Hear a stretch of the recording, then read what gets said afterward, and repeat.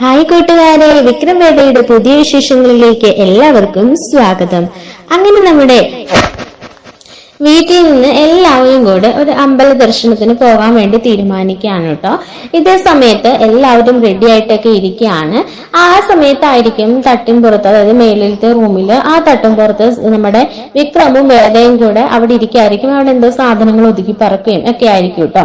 ഈ സമയത്ത് എല്ലാവരും റെഡി ആയിട്ട് ഇരിക്കുകയായിരിക്കും. അങ്ങനെ വിക്രമിനെയും വേദനെയും വിളിച്ചുകൊണ്ട് പോവാ, സമയം ഒരുപാടായിന്ന് അച്ഛൻ പറയാണ്. അങ്ങനെ നന്ദിനി മേളിൽ വന്ന് നോക്കുമ്പോൾ അവിടെ ആരെയും തന്നെ കാണുന്നില്ല കേട്ടോ.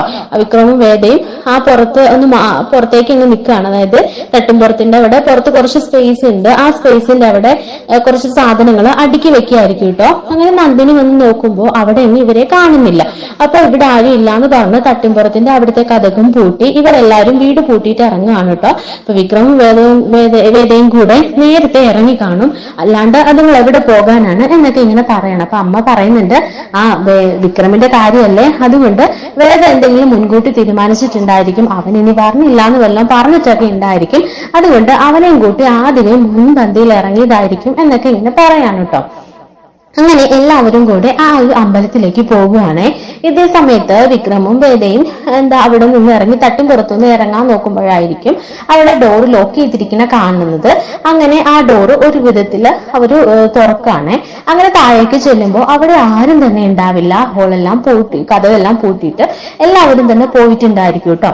ഇപ്പൊ ഇനിയിപ്പോ എന്താ ചെയ്യാ, ഇനിയിപ്പോ കഥകൾ തല്ലി പൊടിക്കണ്ട, ഇനി അതിന്റെ പേരിൽ അച്ഛന്റെ വായിന്ന് കേൾക്കണ്ട, അവര് പറഞ്ഞത് വരെ നമുക്കിവിടെ വെയിറ്റ് ചെയ്യാന്ന് തീരുമാനിക്കാണ് വിക്രമും വേദയും കൂടെ.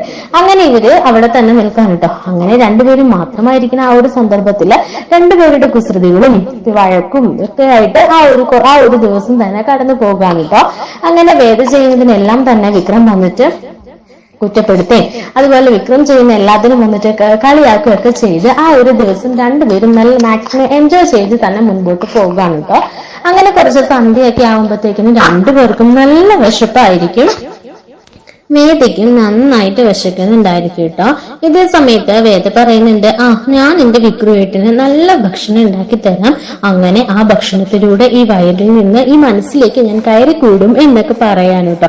ഇതൊക്കെ കേട്ടിട്ട് നമ്മുടെ വിക്രമിനാണെങ്കിൽ അത് ചൊറിഞ്ഞു പറഞ്ഞിട്ടുണ്ട്. വിക്രം പറയുന്നുണ്ട്, അതിന്റെ ആവശ്യമൊന്നുമില്ല, എനിക്കുള്ള ഭക്ഷണം ഞാൻ തന്നെ ഉണ്ടാക്കിക്കോളാം എന്നൊക്കെ നമ്മുടെ വിക്രമം പറയുന്നുണ്ട് കേട്ടോ. എങ്കിൽ വിക്രുവേട്ടൻ അങ്ങനെ ചെയ്തോളൂ എന്ന് പറഞ്ഞിട്ട് വേദയും വിക്രമും കൂടെ അടുക്കളയിലേക്ക് പോകുകയാണ്. അങ്ങനെ തകൃതിയായിട്ട് പാചകമെല്ലാം നടക്കുകയായിരിക്കും കേട്ടോ. വിക്രമിന് വേണ്ടുന്ന സാധനങ്ങളെല്ലാം വിക്രമും വേദയ്ക്ക് വേണ്ടുന്ന ഭക്ഷണമെല്ലാം വേദയും ഉണ്ടാക്കുകയാണ്. ഈ സമയത്ത് വേദയാണെങ്കിൽ നല്ല തോരനും മുട്ട പൊരിച്ചതും ഒക്കെ ഉണ്ടാക്കുന്നുണ്ട്. എങ്കിൽ നമ്മുടെ വിക്രമാണെങ്കിൽ നല്ല അടിപൊളി സാമ്പാർ ഉണ്ടാക്കാനുണ്ടോ. അങ്ങനെ പുളി പിഴിഞ്ഞൊഴിക്കുന്നു, തക്കാളി അരിഞ്ഞിടുന്നു. അതെല്ലാം കണ്ടിട്ട് വേദ ചോദിക്കുന്നുണ്ട്, വിക്രുവേട്ടന്റെ കയ്യില് ഇത്രയും വിദ്യകൾ ഉണ്ടായിരുന്നോ? ഞാൻ ഓർത്തു ഈ കൈ കൊണ്ട് കത്തി തൊടാനും രക്തം എടുക്കാനും ഒക്കെ കഴിയുള്ളൂ. പക്ഷെ പുളി പിഴിയാനും തവി പിടിക്കാനും ഒക്കെ അറിയാവുന്ന എനിക്കിപ്പോഴെല്ലാം മനസ്സിലായത്. ഇങ്ങനെ പറഞ്ഞുകൊണ്ടിരിക്കായിരിക്കും കേട്ടോ. ഈ സമയത്ത് വിക്രമിന് നല്ല ദേഷ്യം പറഞ്ഞിട്ട് വിക്രം പറയുന്നുണ്ട്, വേദേ കുറച്ച് കൂടുന്നുണ്ട് കേട്ടോ, മിണ്ടാതിരുന്നില്ലെങ്കിൽ ഇതെല്ലാം കൂടെ നിന്റെ മോന്തയ്ക്ക് തന്നെ ഞാൻ ഒഴിക്കും എന്നൊക്കെ പറയാൻ കേട്ടോ. ഈ സമയത്ത് വേദ പറഞ്ഞിട്ട്, എന്റെ മോന്തയ്ക്ക് ഒഴിക്കാൻ നിന്ന നിങ്ങൾ ഇന്ന് പട്ടിണി കിടക്കും എന്ന് പറയാനേ. അങ്ങനെ പറഞ്ഞ് രണ്ടുപേരും ചെറിയ രീതിയിൽ തന്നെ നല്ല രീതിയിലും വഴക്കുണ്ടാക്കിക്കൊണ്ടിരിക്കുകയായിരിക്കും കേട്ടോ. ഈ സമയത്ത് പാചകം എല്ലാം കഴിഞ്ഞിട്ടുണ്ടാവും. വേദ ഉണ്ടാക്കിയ ഭക്ഷണം എല്ലാം വേദ എടുത്ത് ഡൈനിങ് ഹാളിലേക്ക് വെക്കാണ്. ഇതേ സമയത്ത് വിക്രമാണെങ്കിൽ കുക്കർ ഇങ്ങനെ എടുക്കുമ്പോഴായിരിക്കും കുക്കറിന്റെ പിടി അങ്ങ് പോകുന്നത്.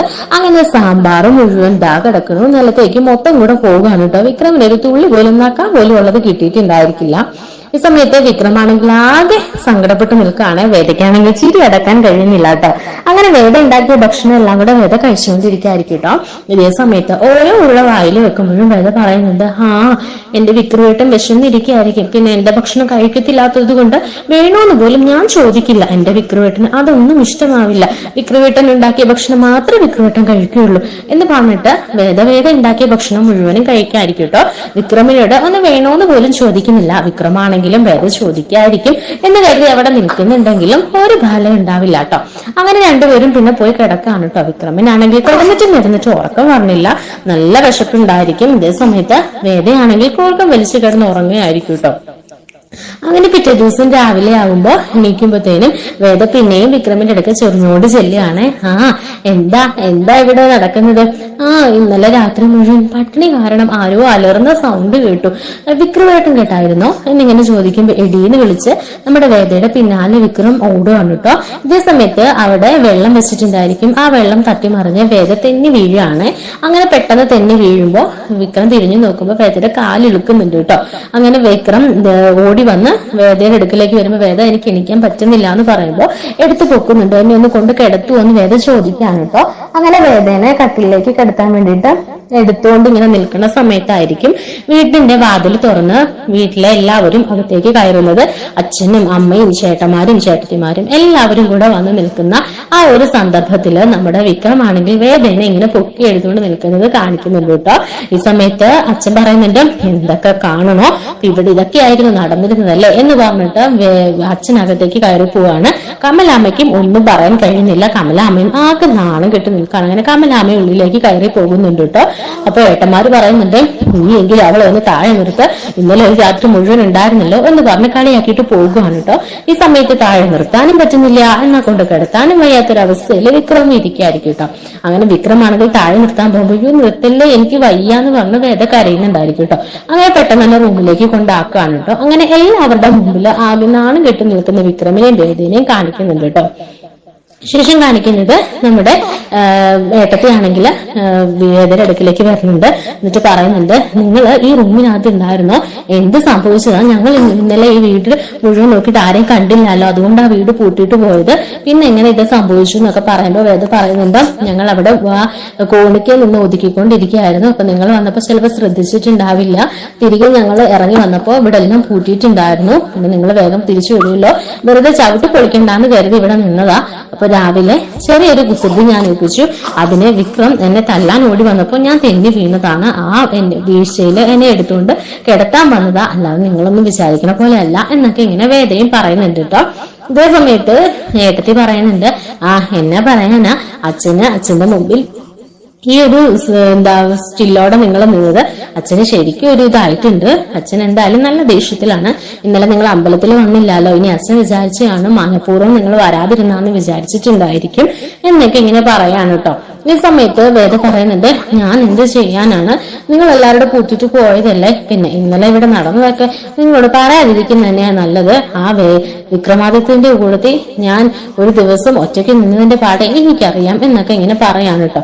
ശേഷം കാണിക്കുന്നത് കമലാമ്മ വേദയുടെ അടുക്കിലേക്ക് പറഞ്ഞിട്ടുണ്ട്. എന്നിട്ട് കമലാമ്മയെ ഇങ്ങനെ ഓരോന്ന് ചോദിക്കുമ്പോൾ വേദ നടന്ന സംഭവങ്ങളെല്ലാം പറയാൻ കേട്ടോ. അങ്ങനെ കമലാമ്മയാണെങ്കിൽ വേദയുടെ കാലെല്ലാം തിരുമ്പിയൊക്കെ കൊടുക്കുന്നുണ്ട്. സാരിയില്ല മോളെ എന്നൊക്കെ പറഞ്ഞ് കാലെല്ലാം തിരുമ്പി കൊടുക്കുന്നുണ്ട് കേട്ടോ.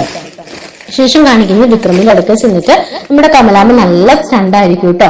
കാരണം വിക്രമിന്റെ അശ്രദ്ധ കൊണ്ടാണ് ഇതെല്ലാം നടക്കുന്നതെന്നും പിന്നെയും അച്ഛന്റെ മുൻപില് ഇങ്ങനെ നീ മോശക്കാരനാണ് കാണിക്കാതെ എന്നൊക്കെ പറഞ്ഞ കമലാമ്മ കുറെ ഉപദേശിക്കുന്നുണ്ട്.